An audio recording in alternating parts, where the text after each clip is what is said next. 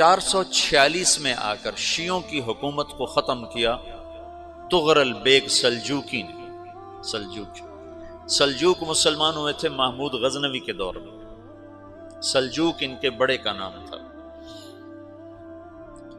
تو ایک دفعہ محمود غزنوی نے سلجوک سے پوچھا اگر مجھے تیری مدد کی ضرورت ہو تو کتنے آدمی پیش کر سکتے ہو؟ تو اس نے ایک تیر دیا، کہا یہ ایک تیر ہے میرا، کسی کو یہ تیر بھیج کر میرے علاقے میں بھیج دو تو چند گھنٹوں میں 1,00,000 تلواریں تیرا پہرا دینے کے لیے تیار ہوں، میرے پاس اتنی طاقت ہے۔ تو یہ سلجوک کی نسل میں تھا تغرل بیگ۔ اللہ تعالیٰ نے جب عرب زوال کا شکار ہو گئے اور ضعف کا شکار ہو گئے، جیسے بڑھاپے کا کوئی علاج نہیں، جب قوموں پہ زوال آتا ہے تو اس کا بھی کوئی علاج نہیں، پھر اور قوم کو جگہ ملتی ہے۔ جیسے بڑھاپا ایک فرد پہ آتا ہے، ایسے بڑھاپا قوم پہ آتا ہے۔ قوم کا بڑھاپا جوانی میں نہیں لوٹ سکتا، جیسے فرد کا بڑھاپا جوانی کی طرف نہیں لوٹ سکتا، قوم کا بڑھاپا جوانی کی طرف نہیں لوٹ سکتا، کوئی علاج نہیں، نئی نسل کا آنا ہی علاج ہے۔ تو عرب دھل چکے تھے، 600 سال بہت ہوتے ہیں حکومت کو، اپنی صفات گم کر چکے تھے، اب نئے خون کی ضرورت تھی۔ تغرل بیگ پہلا شخص تھا جس نے آ کر اہل سنت والجماعت کو استحکام بخشا، شیعوں کی حکومت کو ختم کیا، بغداد سے، شام سے، ان سارے علاقوں سے۔ صلاح الدین ایوبی نے اسماعیلی شیعہ کی حکومت کو ختم کیا، مصر۔ العاضد ان کا آخری خلیفہ تھا۔ صلاح الدین ایوبی نور الدین زنگی رحمۃ اللہ علیہ کا پروردہ تھا، اس کا دوست تھا، اس کے دوست بھی تھا، بچہ بھی تھا اس کے سامنے، زیادہ لکھنے پڑھنے کا شوق تھا۔ پھر اللہ تعالیٰ نے اس سے کام لیا اور اس کو مصر کا گورنر بنا کے بھیجا، مصر کی مدد کے لیے بھیجا۔ تو وہاں اس نے صلاح الدین ایوبی نے وہاں ختم کیا، تغرل بیگ نے یہاں ختم کیا۔ تو پھر سلجوک جو تھے نا یہ اقتدار میں آئے، ادھر ختم ہو گئی سلطنت بنو عباس کی، مصر ایک چھوٹی سی ترکوں کی سلطنت۔ تو اللہ تعالیٰ پھر مرکزیت کے لیے ایک نظام چلایا، دو لشکر آپس میں لڑ رہے ہیں ایک میدان میں، ایک جنگلی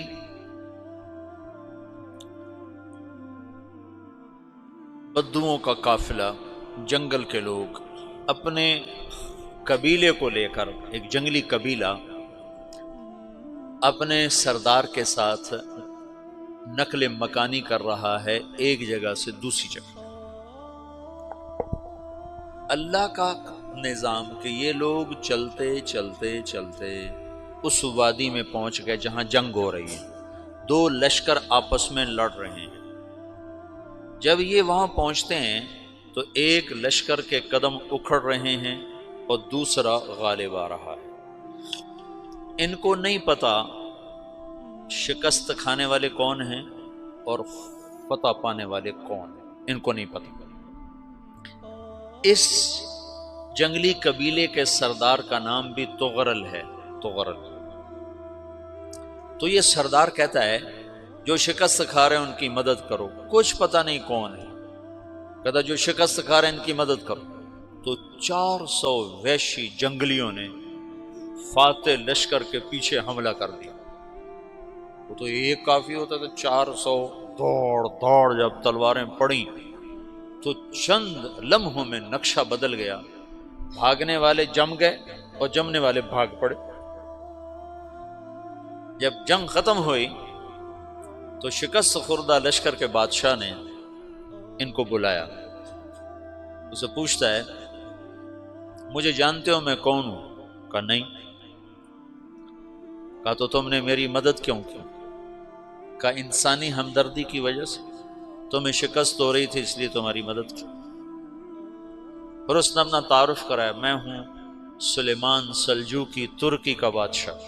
مسلمانوں کا لشکر تھا اور تاتاریوں سے شکست کھا رہا تھا، تاتاری فتح پا رہے تھے، مسلمان شکست کھا رہے تھے۔ تو وہ اللہ کی غیبی مدد بن کر آئے، تو وہ اس سے کہتا ہے میرے ساتھ رہنا پسند کرو گے؟ تم نے میرے اوپر احسان کیا ہے، میں اس کا بدلہ دینا چاہتا ہوں، میرے ساتھ رہنا پسند کرو گے؟ کہنے کا کر لوں گا۔ تو اس کو لے کر ترکی آیا، اور استنبول اس وقت روم کی حکومت میں تھا، اس سے فتح کیا اس تغرل کے آگے چوتھے پانچویں پڑپوتے محمد فاتح نے۔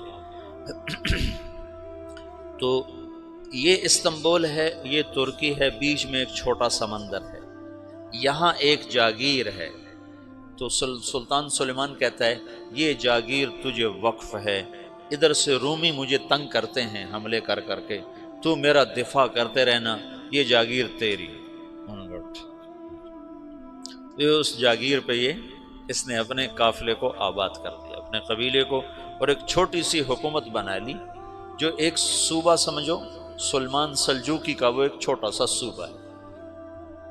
وہاں جب یہ رہ پڑا تو پھر یہ ایک شیخ کے بیت ہوتا ہے، وہاں شیخ طریقت ہے، ان کے یہ بیت ہونے جاتا ہے، وہ اس کو رات اپنے پاس ٹھہراتا ہے، تو ایک کمرے میں ان کو ان کا خادم ٹھہراتا ہے۔ یہ جب کمرے میں جاتا ہے تو سامنے دیوار میں تاکچے پر قرآن پڑا ہوا ہے، تو یہ تغرل بیگ کہتا ہے یہ کیا ہے، یہ کیا ہے؟ تو وہ خادم کہتا ہے یہ کتاب اللہ ہے، قرآن ہے۔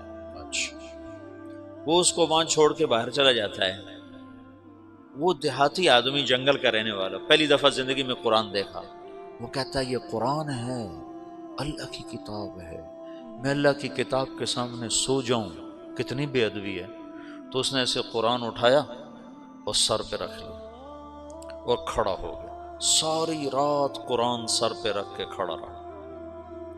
رات کے پچھلے پہر اس کو خواب آیا،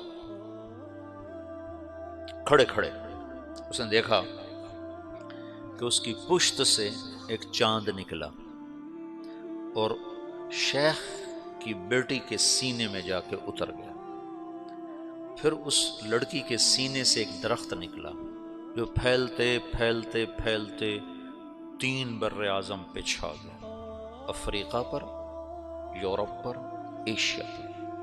پھر اس کی آنکھ کھل گئی، وہ کھڑا ہوا ہے، تو اس نے صبح یہ خواب اپنے شیخ کو سنایا، تو انہوں نے اپنی بیٹی اس کے نکاح میں دے دی۔ اس بیٹی سے ایک بچہ پیدا ہوا، تغرل بیگ نے اس کا نام رکھا عثمان، عثمانی ترک نام سنا ہوا، جو میں نے کل بتایا تھا کہ 1924 میں وہ خلافت ختم ہوئی۔ تو ایک بیٹا پیدا ہوا عثمان۔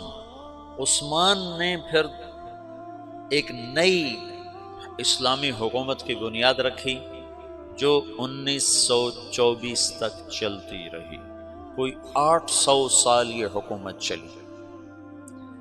تو حکومت کا شیرازہ بکھرا لیکن پھر جڑ جاتا تھا، پر وہ قرن اول والا جوڑ کبھی نہ پیدا ہوا، ٹکڑے بن گئے۔ ان ٹکڑوں میں اللہ لوگ پیدا کرتا رہا جو دعوت دیتے رہے، دعوت زندہ رہی۔